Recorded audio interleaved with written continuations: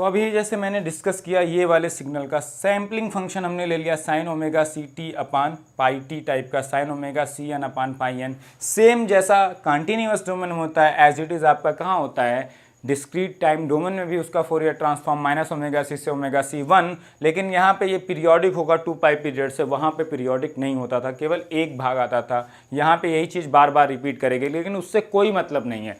जो 2 पाई में कंटेंट होगा वही बार बार रिपीट करेगा। तो यूनिकनेस किस में है?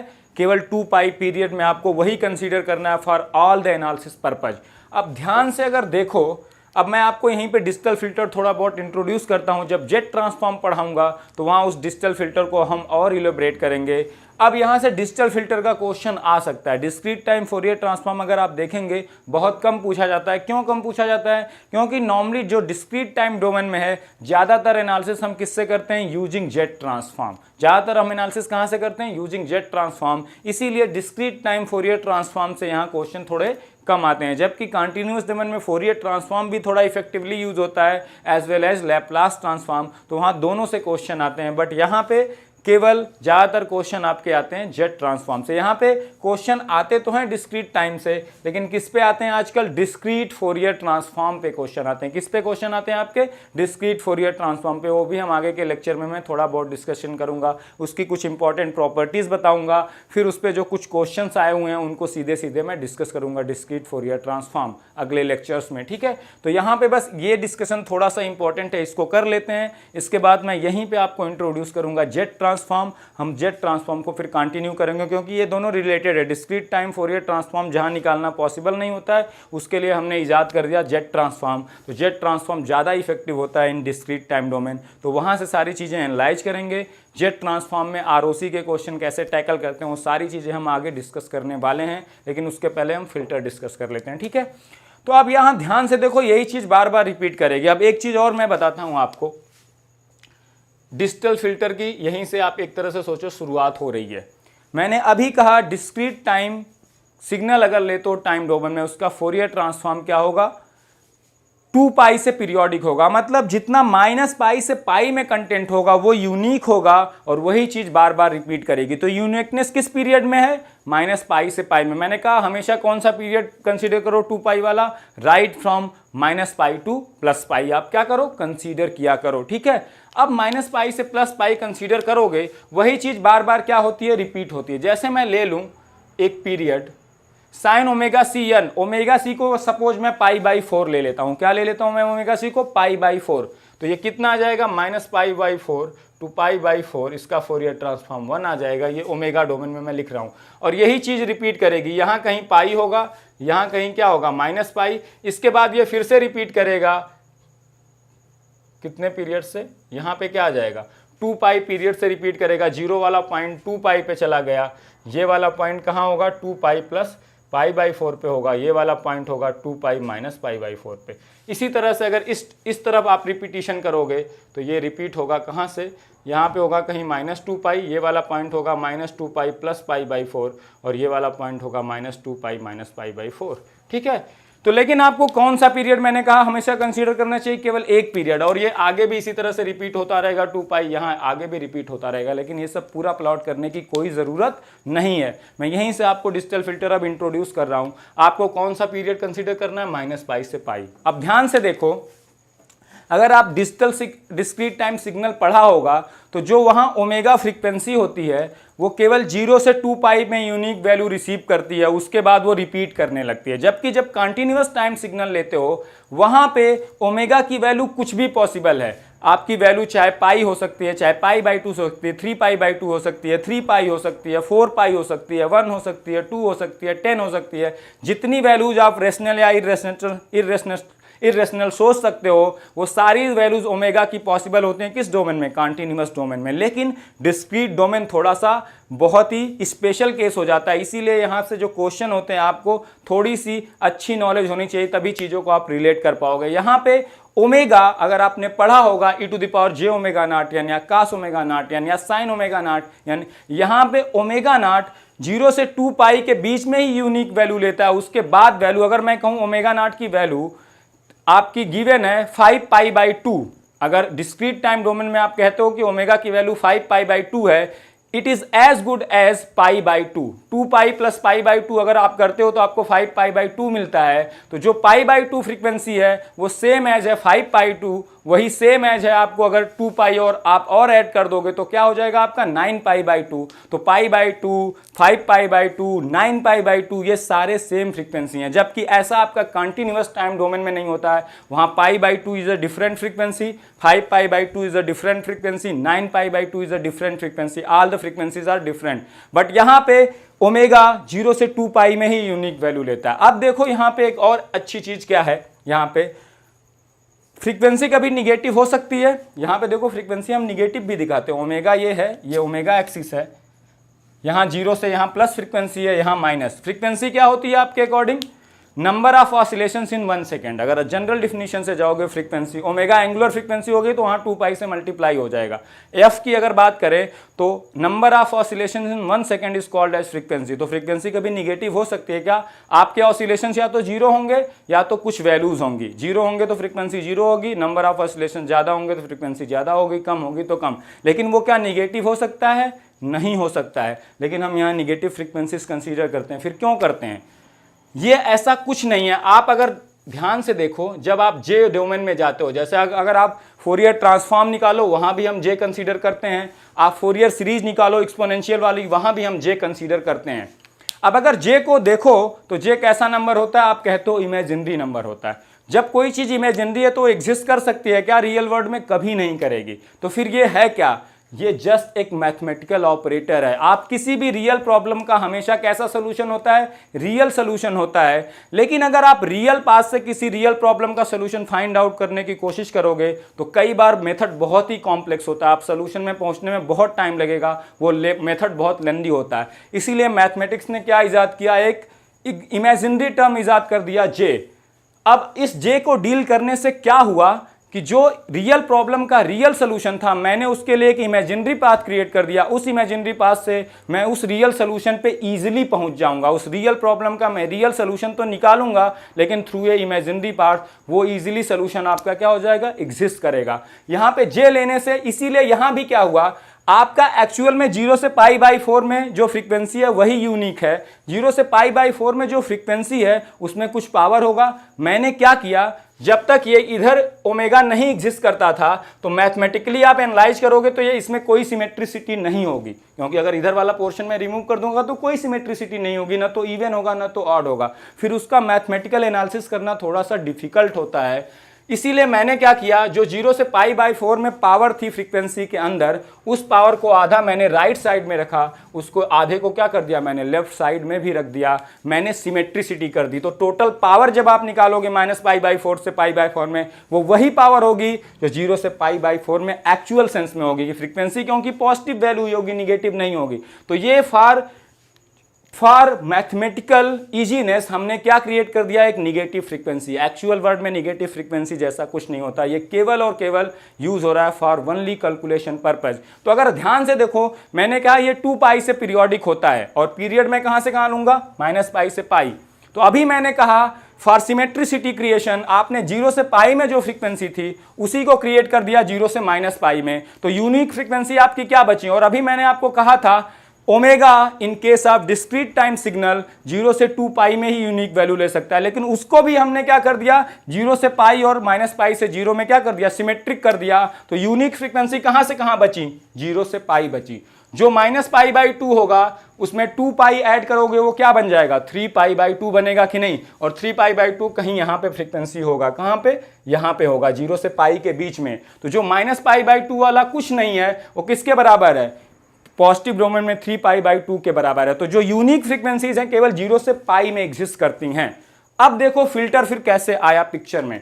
अगर आपने कंटीन्यूअस टाइम फिल्टर अगर पढ़ा हो, वहां पे भी हम इसी तरह से बनाते हैं फिल्टर की कैरेक्टरिस्टिक। यहां पे होता है ओमेगा, ठीक है, ओमेगा वहां पे 0 से पॉजिटिव कोई भी वैल्यू ले सकता है। लेफ्ट हाफ तो हम कभी कंसीडर नहीं करते, वो तो केवल सिमेट्रिसिटी के लिए है। लेकिन अभी मैंने कहा था कंटीन्यूअस टाइम डोमेन में ओमेगा 0 से लेके इंफिनिटी तक कुछ भी वैल्यू एज्यूम कर सकता है। वहां 5 पाई बाई 2 भी पॉसिबल है, 10 पाई बाई 2 भी पॉसिबल है, 50 पाई बाई 2 भी पॉसिबल है, 1 पॉसिबल है, 10 पॉसिबल है, 15 पॉसिबल है, सब कुछ पॉसिबल है। तो वहां स्मॉलेस्ट फ्रीक्वेंसी क्या हो सकती है, 0, और हाईएस्ट फ्रीक्वेंसी क्या हो सकती है, इन्फिनिटी। इसीलिए फिल्टर कैरेक्टरिस्टिक जब निकालते हो आप हाई पास फिल्टर या लो पास फिल्टर या बैंड पास या बैंड रिजेक्ट, तो आप क्या देखते हो, हाई फ्रीक्वेंसी रिस्पांस में क्या देखते हो, ओमेगा टेंडिंग टू इन्फिनिटी पे कैसा कैरेक्टरिस्टिक है कंटीन्यूअस डोमेन में।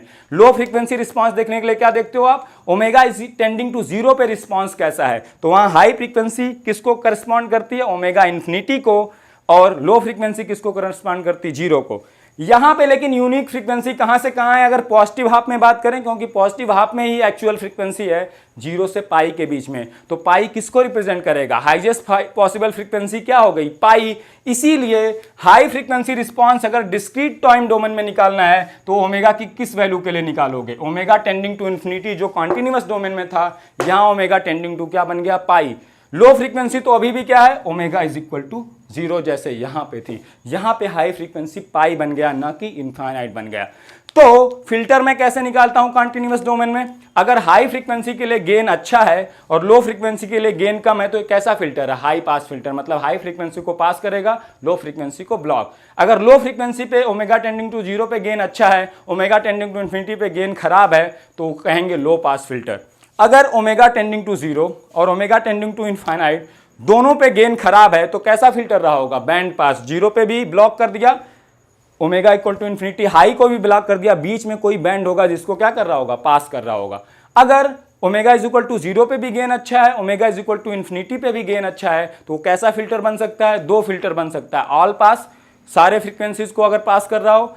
अगर बैंड रिजेक्ट भी बन सकता है, omega is equal to zero को भी पास करे, omega is equal to infinity को भी पास करे, लेकिन बीच में कोई फ्रीक्वेंसी हो जिसको रिजेक्ट कर दे, तो उस फिल्टर को क्या कहते हैं, बैंड रिजेक्ट। तो अगर ओमेगा जीरो पे भी गेन अच्छा है, ओमेगा इन्फिनिटी पे भी गेन अच्छा है, तो दो फिल्टर पॉसिबल होते हैं, या तो ऑल पास होगा या तो बैंड रिजेक्ट। लेकिन बाकी तीनों केस एकदम क्लियर हैं, जीरो पे गेन अच्छा, इन्फिनिटी पे गेन खराब, तो लो ही होगा और कुछ हो ही नहीं सकता। इन्फिनिटी पे गेन अच्छा, जीरो पे खराब, तो कैसा होगा, हमेशा हाई पास होगा। जीरो पे भी गेन खराब, इन्फिनिटी पे भी गेन खराब, तो एक ही फिल्टर हो सकता है, कौन सा, बैंड पास फिल्टर। ये कैरेक्टरिस्टिक आप याद रखो, इसी से हम फिल्टर निकालेंगे। और मैं डिजिटल फिल्टर जब जेट ट्रांसफॉर्म यूज करके पढ़ाऊंगा, सीधे सीधे आपको देख के बताना सिखाऊंगा कि कैसे कौन सा फिल्टर ये है।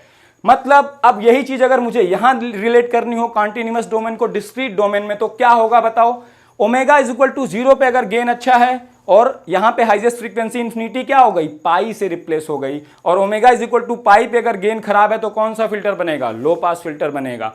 Omega is equal to zero पे गेन खराब है और high frequency omega is equal to pi पे गेन अच्छा है, तो कौन सा फिल्टर बनेगा, हाई पास फिल्टर बनेगा। अगर omega is equal to zero पे भी गेन खराब है, omega is equal to pi पे भी, हाई फ्रीक्वेंसी पे भी गेन खराब है, कैसा फिल्टर बनेगा, एक ही फिल्टर बन सकता है, कौन सा, बैंड पास फिल्टर। अगर omega is equal to zero पे भी गेन अच्छा है, omega is equal to pi high frequency पे भी गेन अच्छा है, तो दो फिल्टर बन सकते हैं, ऑल पास फिल्टर और बैंड रिजेक्ट फिल्टर। अगर बीच में कोई ऐसी फ्रीक्वेंसी नहीं आई है जिसको वो रिजेक्ट कर रहा है तो ऑल पास बन जाएगा। अगर इन बिटवीन कोई फ्रीक्वेंसी जीरो से पाई के बीच में ऐसी है जिसको आपका फिल्टर रिजेक्ट कर रहा है, जिसके लिए गेन बहुत कम कर दे रहा है, तो ये कैसा फिल्टर बन जाएगा, बैंड रिजेक्ट फिल्टर बन जाएगा। तो ये 5 फिल्टर पॉसिबल हैं। पाई को आप कैसे ट्रीट करोगे, omega tending to infinity in case of continuous time domain. तो जीरो से पाई के बीच में यूनिक फ्रीक्वेंसी होता है for checking filter in case of discrete time domain. तो यहाँ पे यही चीज इंपॉर्टेंट थी तो डिस्कशन करने की थी। डिस्क्रीट टाइम फोरियर ट्रांसफॉर्म से ज़्यादा क्वेश्चन नहीं आते हैं, एक आध क्वेश्चन रिसेंटली 2016 में आए हैं, वो मैं केवल डिस्कस कर लेता हूँ। मैं फिर सीधे हम मूव करेंगे जेट ट्रांसफॉर्म के ऊपर, वहाँ पे बहुत अच्छे अच्छे क्वेश्चन आते हैं, वहाँ पे मैं बहुत सारी इंफॉर्मेशन आपको देने वाला हूँ। तो आपको फिल्टर का एक ब्रीफ आइडिया हो गया, क्यों जीरो लेते हैं, क्यों पाई लेते हैं, कैसे सिमेट्रिसिटी क्रिएट करते हैं, कैसे फिल्टर को चेक करेंगे, तो एक ब्रीफ आइडिया हो गया। अभी मैं यहाँ पे थोड़ा सा और डिस्कशन कर देता हूँ। ये किसका रिस्पॉन्स मैंने लिखा, साइन पाई बाई 4n अपान क्या, पाई n, इसी का तो फोरियर ट्रांसफॉर्म मैंने लिखा है जो यहाँ बना हुआ है। अब अगर ध्यान से देखो इस फिल्टर की अगर मैं बात करूँ, ये भी एक फिल्टर हो रहा है कि नहीं, अगर ध्यान से देखो, omega is equal to zero पे गेन 1 है, omega is equal to pi पे गेन 0 है, लो फ्रीक्वेंसी पे गेन अच्छा, हाई फ्रीक्वेंसी पे गेन कम, ये कैसा फिल्टर, अगर इसी को मैं कहूँ ये HN गिवन है किसी LTI सिस्टम का, ये किस फिल्टर को रिप्रेजेंट कर रहा है, लो पास फिल्टर। सिंपली किसको रिप्रेजेंट कर रहा है, लो पास फिल्टर। इसका omega is equal to zero पे गेन 1 अच्छा है, omega is equal to pi high frequency पे गेन 0 बुरा है, तो क्या हो गया, ये लो पास फिल्टर हो गया। अगर इसी में ध्यान से देखो, मैं -1 की पावर n का मल्टीप्लाई कर दूं किसमें, देखो इस पे कैसे अच्छा क्वेश्चन बन सकता है। यही HN में मैंने -1 की पावर n से मल्टीप्लाई कर दिया। जहां से आपको क्वेश्चन आ सकता है मैं उसको डिस्कस करने की थोड़ी सी कोशिश कर रहा हूं, ठीक है। 2-3 चीजें यहां से पॉसिबल हैं, low pass filter, high pass filter और बैंड पास फिल्टर। यहाँ तीनों को मैं इसी डायग्राम से आपको समझा देता हूँ ताकि डिजिटल फिल्टर से आप थोड़ा सा फैमिलियर हो जाए, ताकि जेट ट्रांसफॉर्म पढ़ाऊँ तो आप चीज़ों को रिलेट कर पाओ, ठीक है। -1 की पावर n से मल्टीप्लाई करने का क्या मतलब, e की पावर j पाई की पावर n लिख सकता हूँ मैं इसको -1 की पावर n को, कि नहीं बताओ।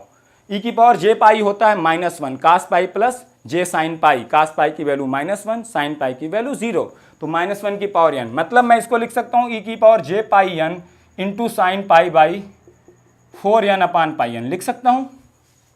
मैंने क्या e to the power j omega naught n का अगर मल्टीप्लाई कर देते हो किसी सिग्नल में टाइम डोमेन में, तो फ्रीक्वेंसी डोमेन में क्या होता है, ओमेगा नॉट की शिफ्टिंग हो जाती है। प्लस में मल्टीप्लीकेशन है तो शिफ्टिंग कैसी होगी, right side omega minus omega naught होगा, अगर माइनस एक्सपोनेंशियल होता तो लेफ्ट साइड शिफ्टिंग होती ओमेगा प्लस ओमेगा नॉट होता। तो यहाँ पाई की शिफ्टिंग हो जाएगी किस साइड, राइट साइड। तो ये वाली पाई की शिफ्टिंग करोगे इसमें तो क्या हो जाएगा, ये कहाँ से कहाँ पहुंच जाएगा बताओ। ये वाला -π/4 प्लस पाई करोगे कहाँ आ जाएगा, -π/4 प्लस पाई आएगा 3π/4। 3π/4 आपका कहाँ आएगा, कहीं पे यहाँ आएगा, π/4 से आगे यहाँ 3π/4 होगा, ठीक है, यहाँ 3π/4 होगा।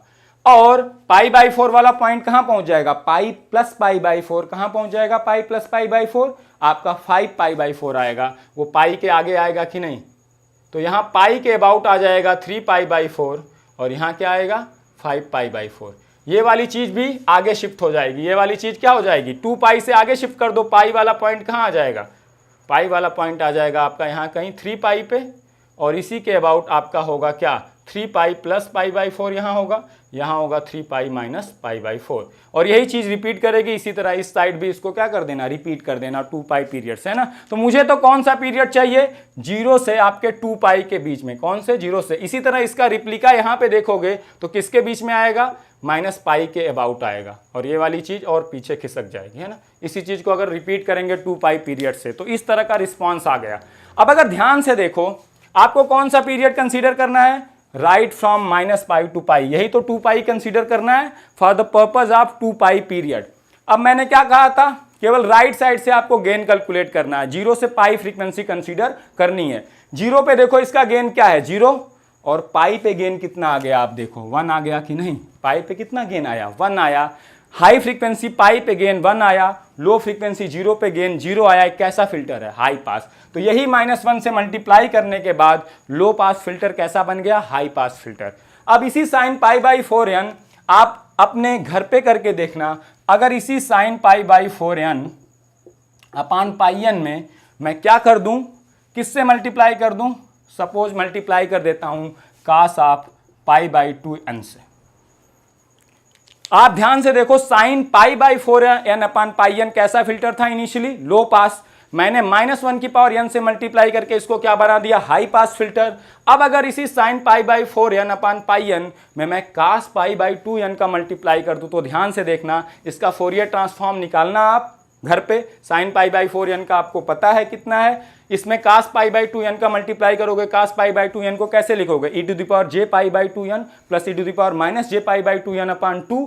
e⁻j π/2 शिफ्टिंग कर देगा π/2 की कहाँ पे, राइट साइड में, और e⁻−j π/2n शिफ्टिंग कर देगा π/2 की लेफ्ट में। उससे रिस्पॉन्स निकालना, देखना आपका omega is equal to pi पे भी गेन 0 आ रहा होगा, ओमेगा इज इक्वल टू 0 पे भी गेन 0 आ रहा होगा। अगर 0 लो फ्रीक्वेंसी पे भी गेन अच्छा ना हो, हाई फ्रीक्वेंसी पे भी गेन अच्छा ना हो, तो एक ही फिल्टर बनता है, कौन सा, आपका बैंड पास फिल्टर बनता है। तो मैंने एक ही sin π/4n से उसको चेंज करके मैं हाई पास भी बना सकता हूं, मैं बैंड पास भी बना सकता हूं। तो यहां से आपका एक तरह से फिल्टर क्या हो गया, इंट्रोड्यूस हो गया। इसको आप घर पे करके जरूर देखना, इसका फोरियर ट्रांसफॉर्म निकाल के ओमेगा पाई पे गेन देखना, ओमेगा 0 पे देखना, दोनों पे गेन 0 आएगा, लेकिन बीच की फ्रीक्वेंसी में गेन 1 होगा। मतलब लो फ्रीक्वेंसी भी पास नहीं करेगा, हाई भी नहीं करेगा, इन बिटवीन कुछ पास करे, उसको कैसा फिल्टर कहते हैं, बैंड पास फिल्टर। तो यहाँ से ये बैंड पास बन जाएगा। इसी को मैंने हाई बना दिया, इसी को मैंने क्या बना दिया, बैंड पास फिल्टर। ठीक है, अब एक क्वेश्चन बस कर, तो अभी हम एक क्वेश्चन डिस्कस करते हैं डिस्क्रीट टाइम फोरियर ट्रांसफॉर्म पे आया हुआ, किसमें, किस ईयर में, 2016 में। ज़्यादातर क्वेश्चन आते नहीं हैं, ज़्यादातर क्वेश्चन डीएफटी से आते हैं, वो हम आगे डिस्कस करेंगे जेट ट्रांसफॉर्म डिस्कस करने के बाद, उसकी प्रॉपर्टीज और उस पर क्वेश्चन कैसे सॉल्व करते हैं। ठीक है, क्लियर। तो अब देखिए यहाँ पे कैसे इसको सॉल्व करेंगे। आपको क्या पूछा है, एरिया अंडर कर्व अगर ये साइन स्क्वायर 2 ओमेगा नहीं होता तो एक तरह से area under curve X of omega D omega पूछा। मैंने कहा था एक्स की power X of E to the power J omega लिखो या एक्स ऑफ ओमेगा, दोनों बातें सेम है, उससे कोई फर्क नहीं पड़ता।